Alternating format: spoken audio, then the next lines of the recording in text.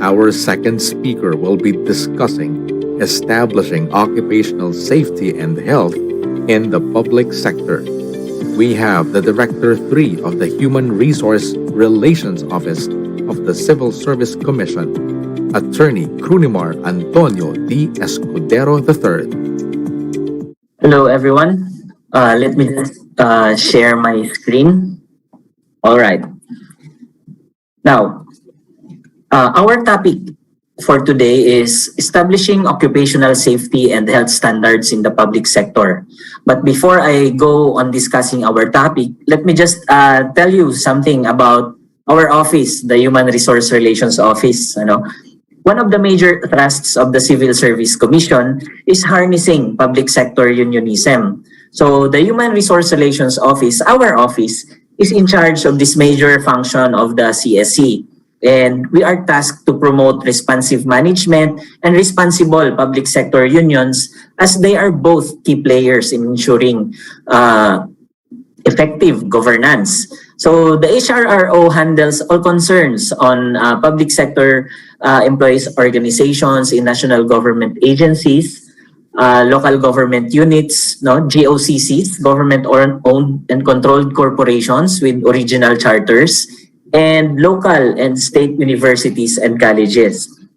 Aside from public sector unionism concerns, our office is now increasingly involved in the formulation and implementation of policies, fixing and setting better working conditions.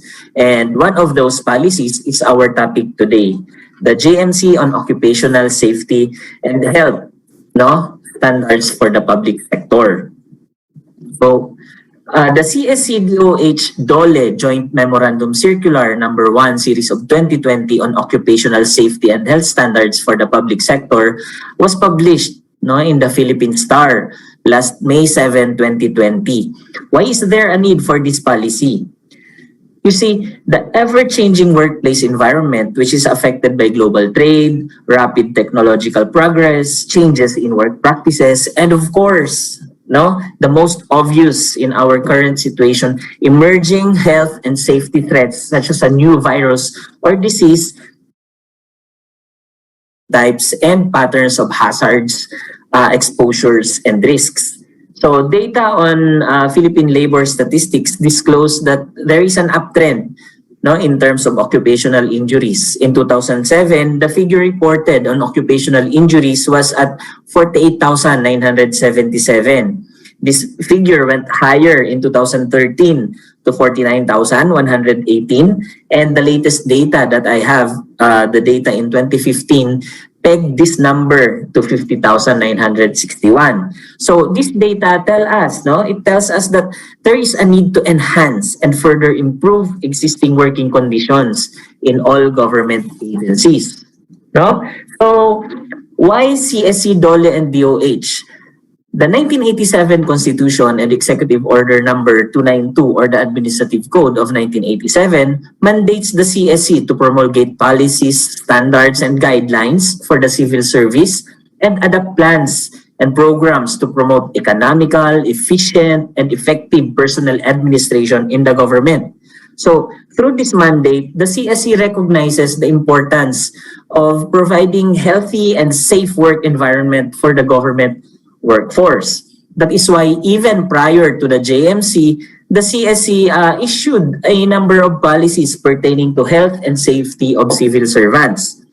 It promulgated MC number 38 series of 1992 on physical and mental fitness program for government employees.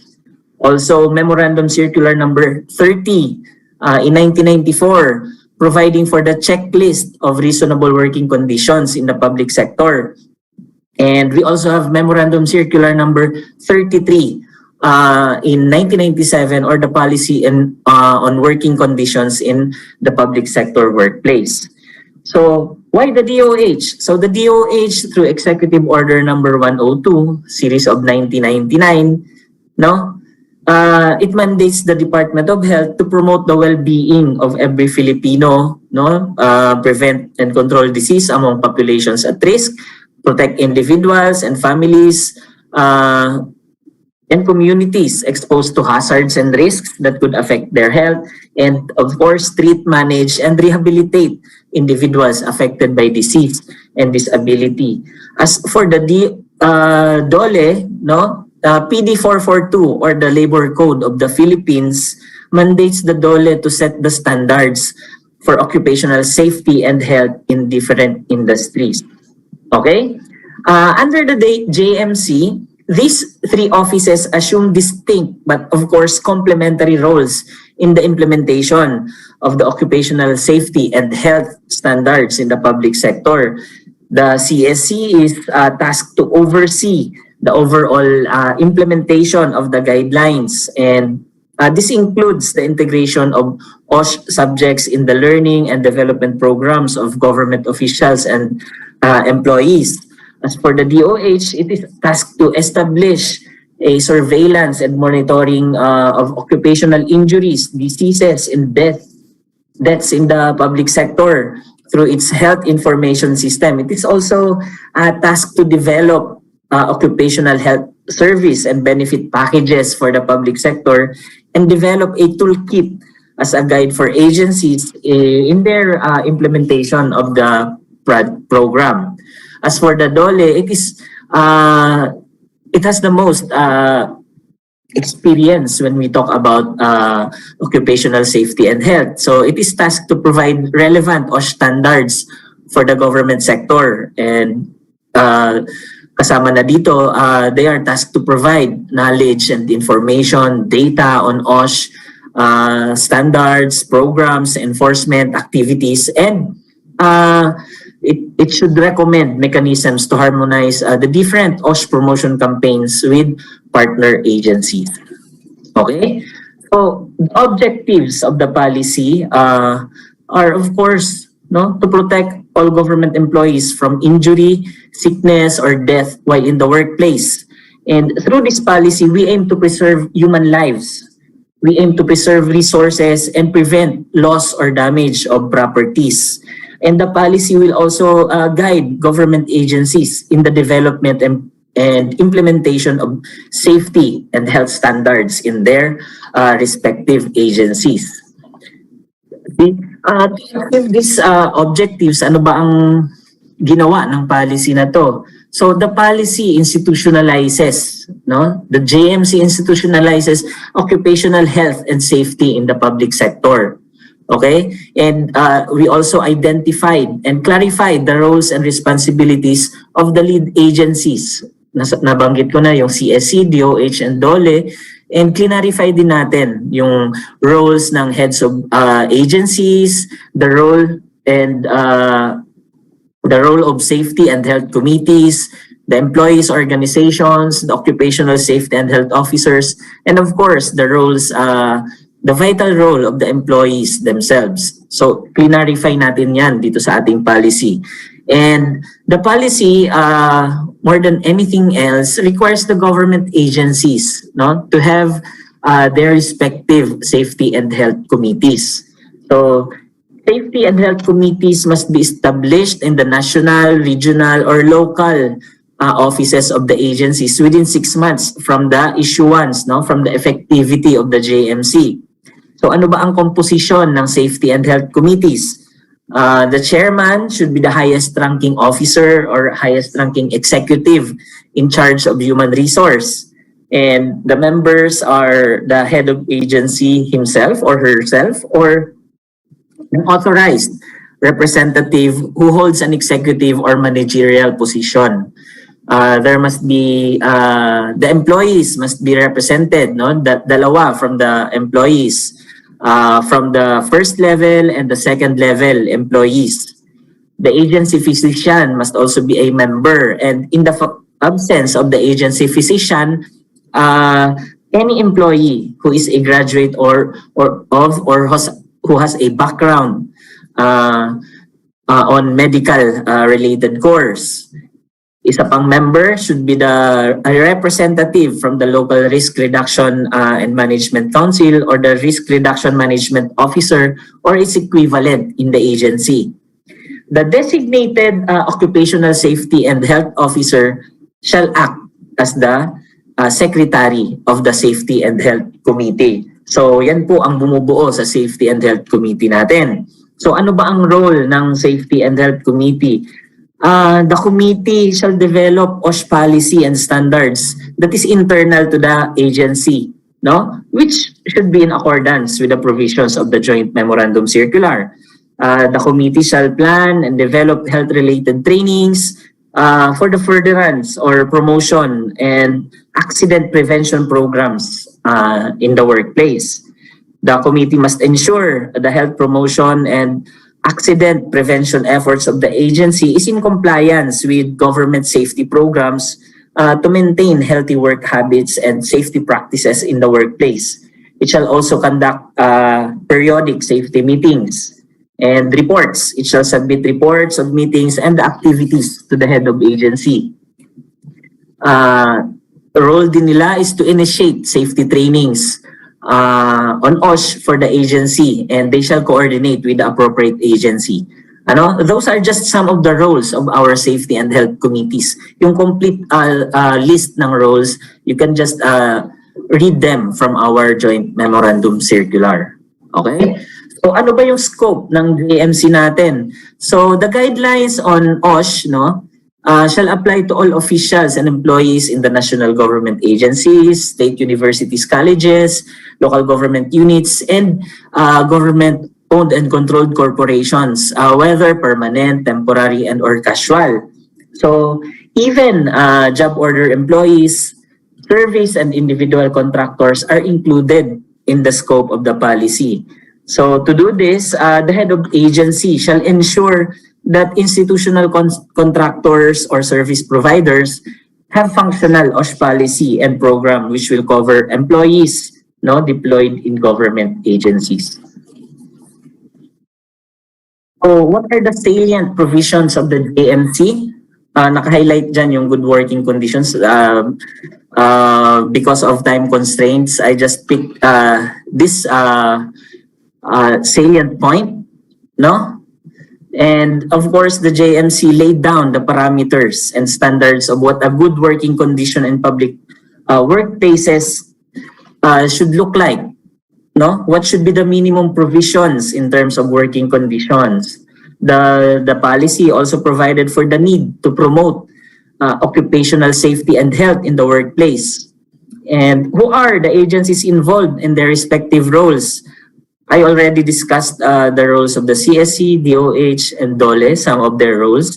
And for purposes of improving the standards, there is a portion in the policy on reporting and monitoring evaluation. As you will note, the data I have mentioned earlier from the Philippine labor statistics deal with injuries in the public sector workplaces. So we need to gather information that is specific to government workplaces.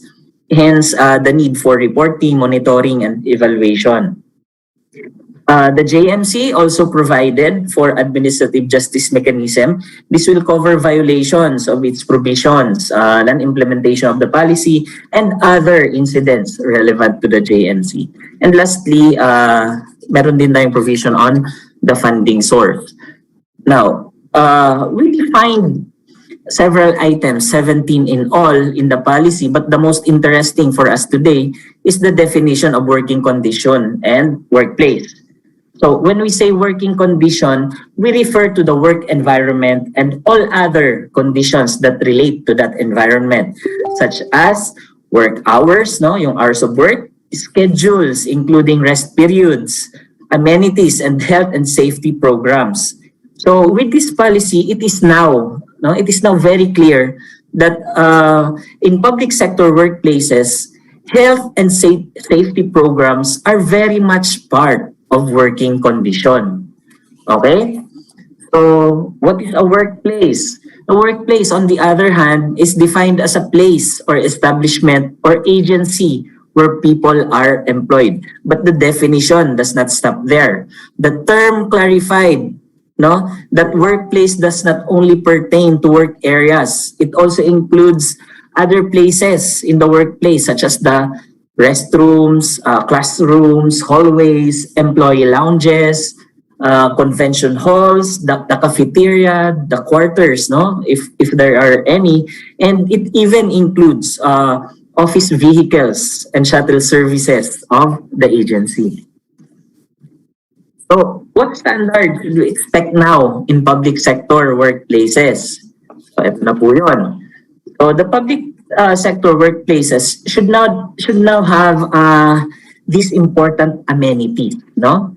The building premises shall have adequate fire, emergency, or danger signs, globally harmonized systems, system pictograms, and safety instructions of standard colors and sizes visible at all times. Okay? Facilities, it must also have facilities for persons with disabilities, no? Para meron silang for their safe and convenient movement within the establishment, within the agency. The JMC also provides for good housekeeping that shall be maintained at all times. Example, cleanliness ng buildings, premises, the machines, the equipments, eradication of stagnant water, because these serve as breeding ground for mosquitoes and other insects, no?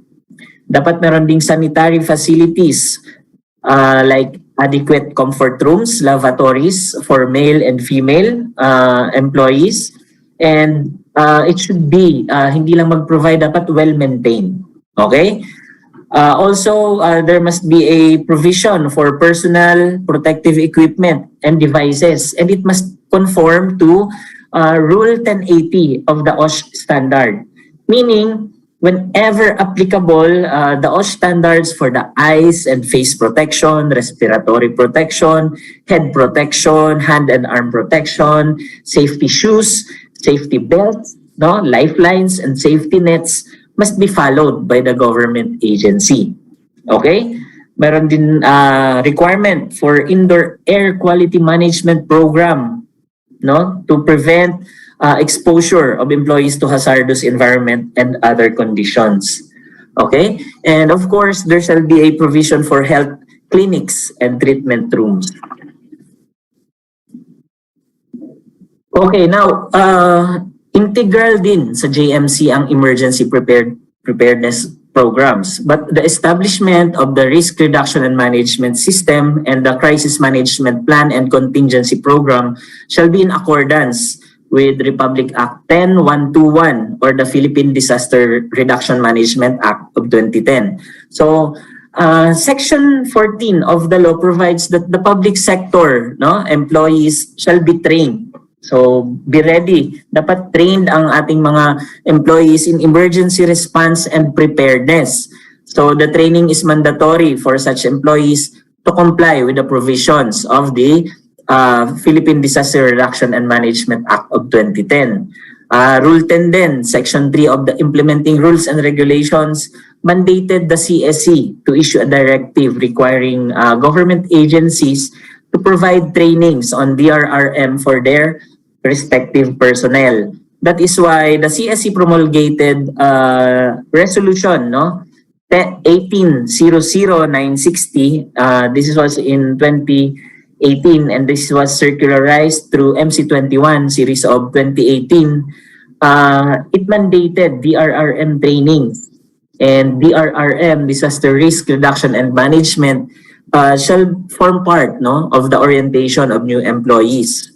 Kailangan din ng specialized trainings for employees specifically involved in DRRM.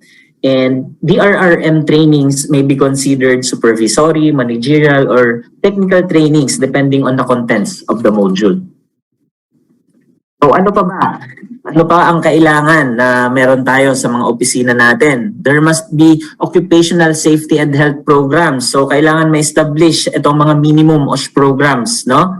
Dapat magkaroon ng occupational accident and illness prevention program, medical services assistance and rehabilitation program, occupational accident and illness surveillance program, and information and education campaign program. This all relates to, of course, occupational safety and health in our workplaces. Okay? So, next is occupational safety and health programs. Dapat ano ba ang nandyan? Dapat we should promote and practice health and wellness in the workplace as provided in those memorandum circulars. Under MC38, dapat may 1 hour each week to conduct health awareness program. 20 minutes daily conduct of wellness or fitness program, delivery of public services must not be disrupted, of course. No? Under MC6 naman, we are mandated, agencies are mandated to allot reasonable time for weekly physical fitness exercise. We should include reasonable time to physical exercises to participants, no, in seminars and trainings. Okay? MC38 and MC6 were reiterated in MC number 8 series of 2011.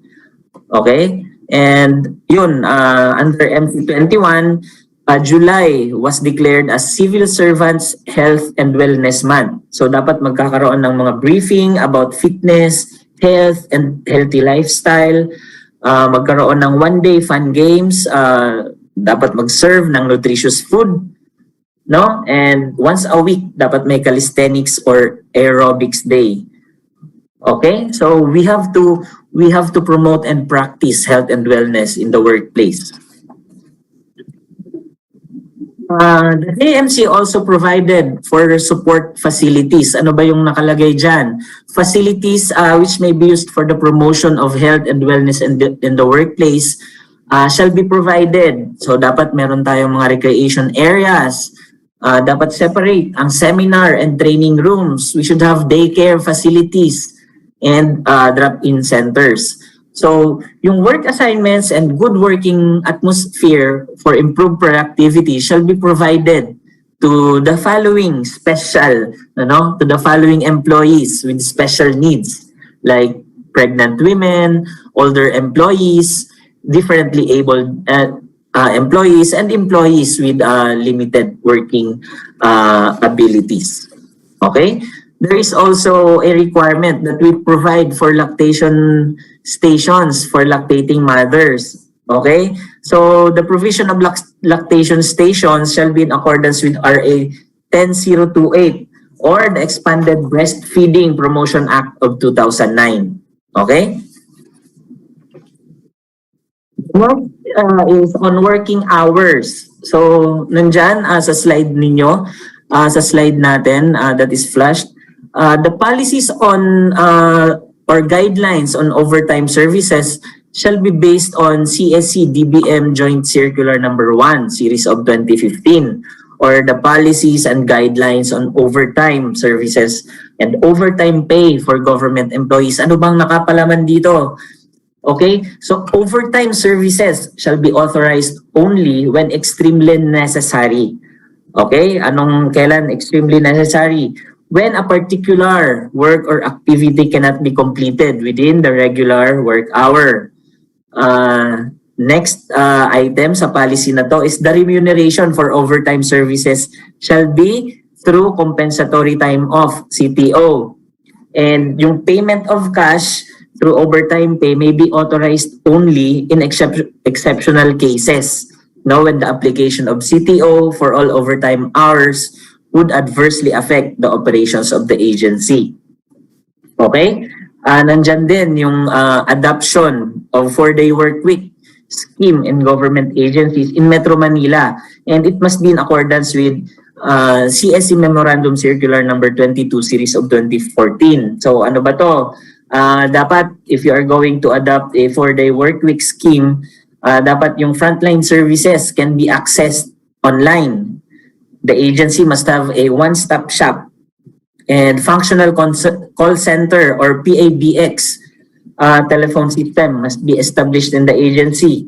And the agency must have a baseline data on performance, absenteeism, tardiness, and employee health and wellness, etc. You must have data on those.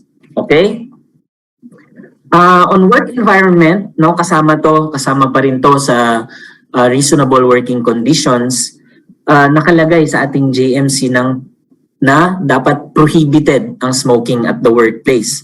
So we should implement policies and programs relevant to this. So meron na tayong existing policies. Yung prohibition of smoking at the workplace is provided for under MC17 series of 2009. As to drug-free workplace, we have the guidelines in mandatory drug testing for public officials and employees, no? That is contained in CSCMC number 13 series of 2017. So nakalagay doon, random drug tests shall be periodically conducted in an interval not to exceed 2 years. So nagagawa ba to ng mga ahensya natin? Okay? And etc. etc. Nandyan din yung tuberculosis prevention control in the workplace, yung about programs, no? Workplace policy and education program on HIV and AIDS.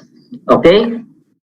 So, isa pang importante na provision ng ating JMC is the promotion of occupational safety and health in public sector workplaces. So, the agency heads, no, the heads of agency shall ensure the comprehensive dissemination of OSH information through a communication plan. Dapat may communication plan na gagawin ang inyong mga ahensya, which includes the publication of pertinent OSH information in the agency website, kung may website kayo, and other communication materials, no? And you must establish a feedback mechanism which shall be utilized to enhance the OSH program. Employees shall participate in the OSH information and the education programs, trainings, and other related initiatives of the agency to contribute to the improvement and sustainability of the OSH program. No? Employees must be able to report OSH-related illness and accidents to the management in order for the management to act, no, and provide the necessary intervention. And of course, we are always for the enhancement of the OSH program in our agencies. Kailangan din mag-establish tayo ng network to support and sustain the implementation of OSH program with DOLE, DOH, and other academic institutions which can provide trainings, technical and medical assistance. And we must ensure that the OSH program and activities are included, no, in the annual work and financial plan of the agency. All right? So, and of course, yung fund source natin, the agency OSH, no? The funds needed for the implementation of the joint memorandum circular shall be included in the agency's regular budget and annual work and financial plan. I think this is the end of my presentation. We only have 20 minutes, and I hope I was able to give you the overview of this new policy on occupational safety and health standards for the public sector. Thank you very much, and thank you to the Occupational Safety and Health Center. We would like to emphasize that the Human Resource Relations Office of the Civil Service Commission will always be your partner in pushing forward the safety and health of our lingkod bayani. Thank you, Dole, and thank you everyone for your time, and thank you for listening patiently. Thank you, Director Escudero. Our moderator for the session, the Executive Director of the Occupational Safety and Health Center, Engineer Noel C. Binag. Thank you to our very insightful resource speakers. Let us all give them virtual thumbs up and a round of applause. Our second resource speaker was Atty. Krunimar Escudero.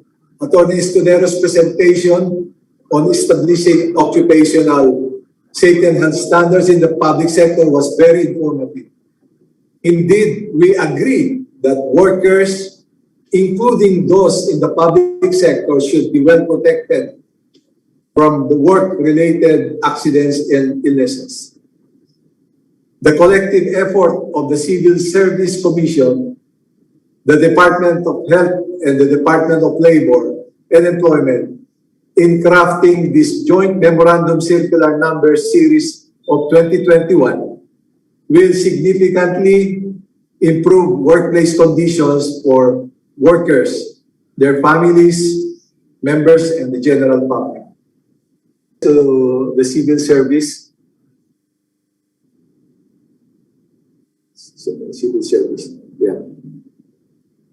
This one comes from an anonymous attendee posted via Zoom. The question is, will overtime pay be applicable for OH personnel in the government clinics, even if we are not regular employee?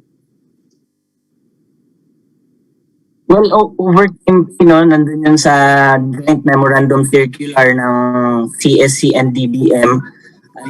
Those are for the plantilla positions, and yung mga of service and job orders, they're covered by a different contract. If it is provided in their contract na pwede silang mag-overtime pay, then the agency is bound to respect that. Okay, the next question comes from Dr. Marisa San Jose, posted via Zoom.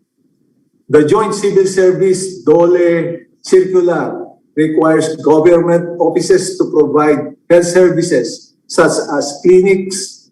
Does this mean government offices are now allowed to hire occupational health personnel, nurses, medical doctors, etc., and have their own clinics with their respective offices?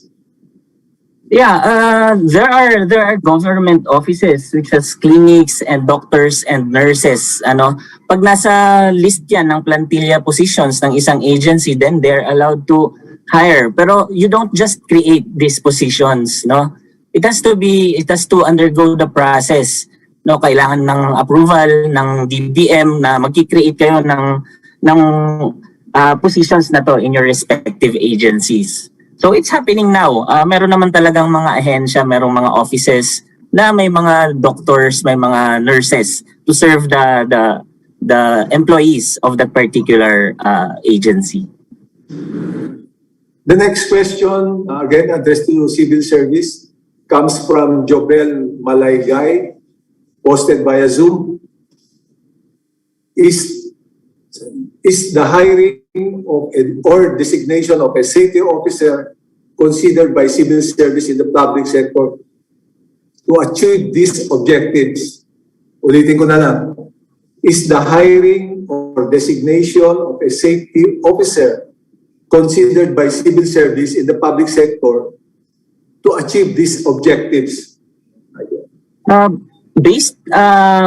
lang yung pagkakaintindi ko. Based dun sa JMC natin, hindi nag-create ng bagong posisyon for safety and health officer, no? Meron lang i-designate, meaning may existing na posisyon na yung tao, no? And then i-designate siya as OSH officer, as focal. So designation, you don't hire new employees, no, to act as safety and health officer. Question coming from Mr. Augusto Lee. How do you deal with government agencies that are not complying with the joint memorandum circular? That's a good question, sir. Yeah, there is a monitoring and evaluation portion there, no? And meron din tayong administrative justice mechanism. So pwede pong ireklamo, and the primary responsible person here is the agency head. So pwede pong ireklamo, but I am encouraging everyone na since this is a very new, relatively new policy, let us help each other first, no, para ma-implement yung provisions ng JMC. Huwag agad yung pagkukulang. Maganda na punain yung mga pagkukulang, pero I am discouraging yung pag-file agad ng mga kaso. Let us help each other first para ma-implement natin yung provisions ng joint memorandum circular. But rest assured, meron sa policy, meron tayong administrative justice mechanism. Ibig sabihin, pwede ninyong filean ng kaukulang administratibo, kasong administratibo, ang sino man na hindi sumusunod sa joint memorandum circular na inisyu ng CSC, DOH at DOLE. This is addressed to